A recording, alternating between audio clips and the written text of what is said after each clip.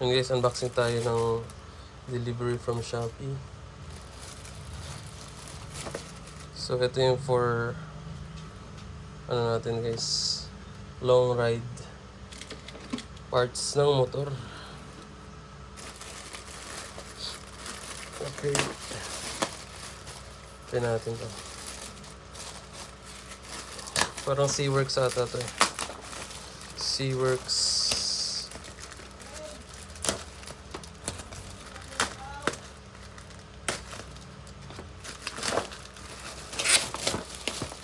Yun.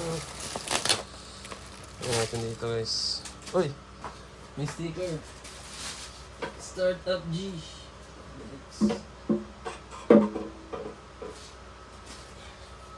Ano pa ang sticker? Yes sir. Startup G. Sir Mel. Okay.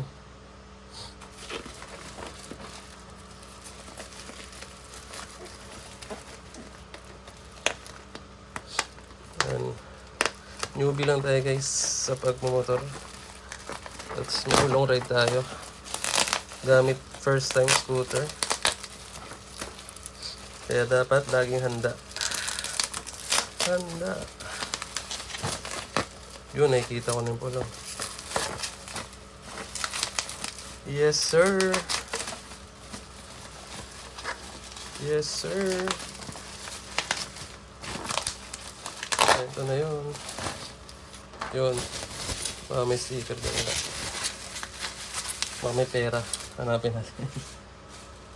Ano? May pamasko. So, spark plug top. Dalawa yung na-order natin. Nagkamali ako.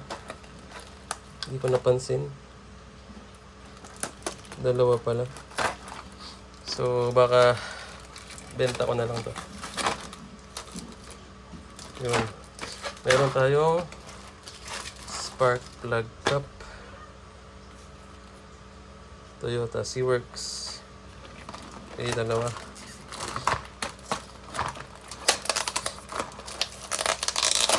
Okay. Tapos bola. 13 grams ba to?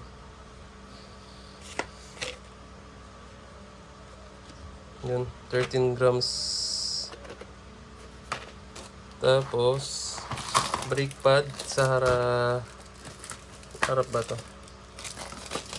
Front. Okay. Namban. Para wala tayong maging aberya. So meron pang parating na iba.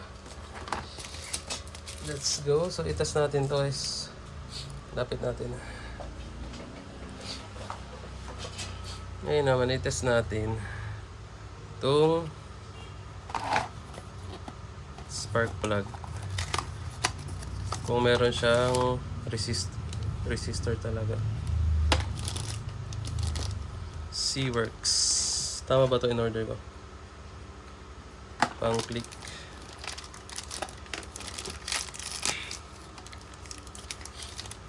Ayun.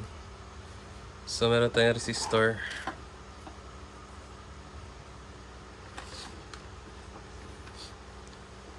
So ito automatic kasi ito eh. Try natin ng hindi palitan yung ano. Auto natin. Kung basahin niya agad yung resistance.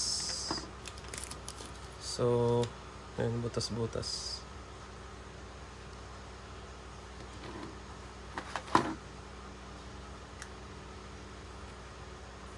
Kita. Pasok natin dito sa kabila. And guys, meron siya na-read na around 5 kilo ohms. So automatic siya pupunta sa resistance, diba? Try natin yung function. Resistance na agad.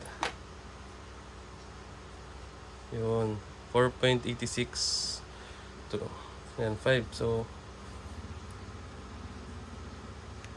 meron siyang resistance. Okay. Approve. Yung isa, wag na natin i-test yun. Ito lang gagamitin, benta natin to. May gustong bumili. PM is the key.